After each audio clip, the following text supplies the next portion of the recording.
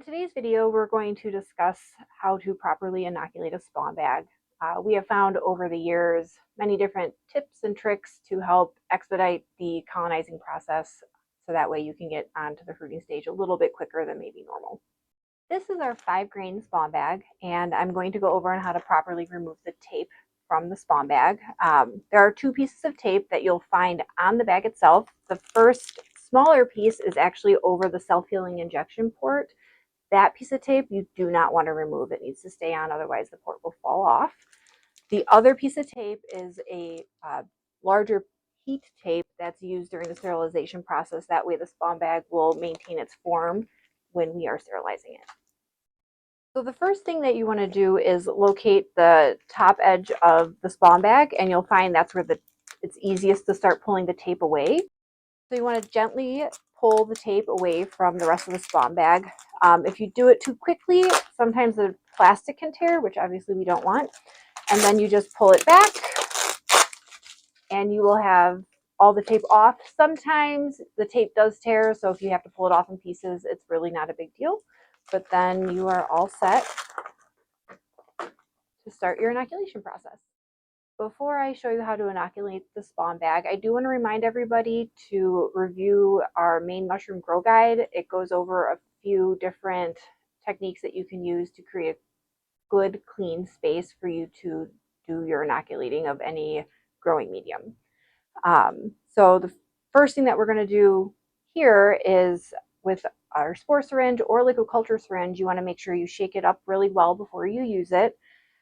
Sometimes, even in transit, the spores or mycelium can clump together. So by shaking it up, you will break it apart and be able to evenly distribute it throughout your grain bag.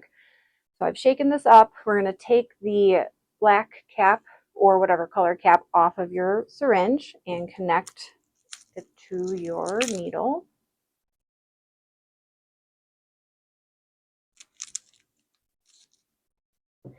Open up your alcohol swab, and then you want to wipe off your self-healing injection port. You're going to let that dry for maybe 15-30 seconds before you do anything else with it. And then since this is an unused needle, you do not need to wipe it off with an alcohol swab for your first time putting it into any growing medium. Okay, so first thing we're going to do is we're going to insert the needle into the self-healing injection port. You can just push it all the way in. Before you start inoculating your grain, you do want to angle the needle up a little bit. And you do not want to really go over 5 cc's of spore solution or liquid culture solution. So I'm going to start inoculating, and then I'm going to pull the needle out a little bit and then angle it towards a different part of the bag. Inject a little more of my solution, re-angle it, inject a little more until I get to the 5 cc mark. And then I will take the spore syringe or liquid culture syringe out. Be really careful if you're going to recap it. You don't want to stab your fingers, that hurts. And then just for an extra precaution, you can take a piece of just regular tape and place it over where you inserted your needle into the self-healing injection port. Once it's been 6 to 7 days after you've inoculated your spawn bag, it's time to actually introduce a little bit of air into the grain bag itself. And you do this by opening up or unwrapping the spawn bag, and then you're going to pull apart the plastic. It is really important that you do not actually touch your filter patch. The natural oils of your skin can damage the integrity of the patch, allowing bacteria and other contaminants to enter into the grain bag. So once you've pulled it apart enough, you will just hold it up and allow the bag to fill with air. And it doesn't need a lot of air, just a little bit of air, maybe about a minute. And then you are set for it to continue to germinate. So the spawn bag that I have here is about 14 days after inoculation. This happens to be a shiitake bag. The shiitake colonization pattern is a little bit different than you would see in an exotic species. A lot of times with the exotics, you'll see larger white patches with rhizomorphic growth. I just wanted to show you also a gourmet bag as well. And you'll also notice in this bag that the plastic is inflated with gas, which is a normal thing that can happen. It doesn't always happen, so don't be surprised if you do see it. Also, don't be surprised if you don't see it. So at this point in the colonization process, you want to break up your bag.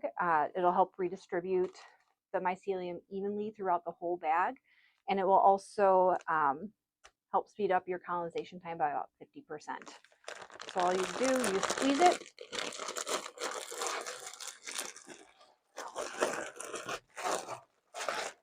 Give it a good shake.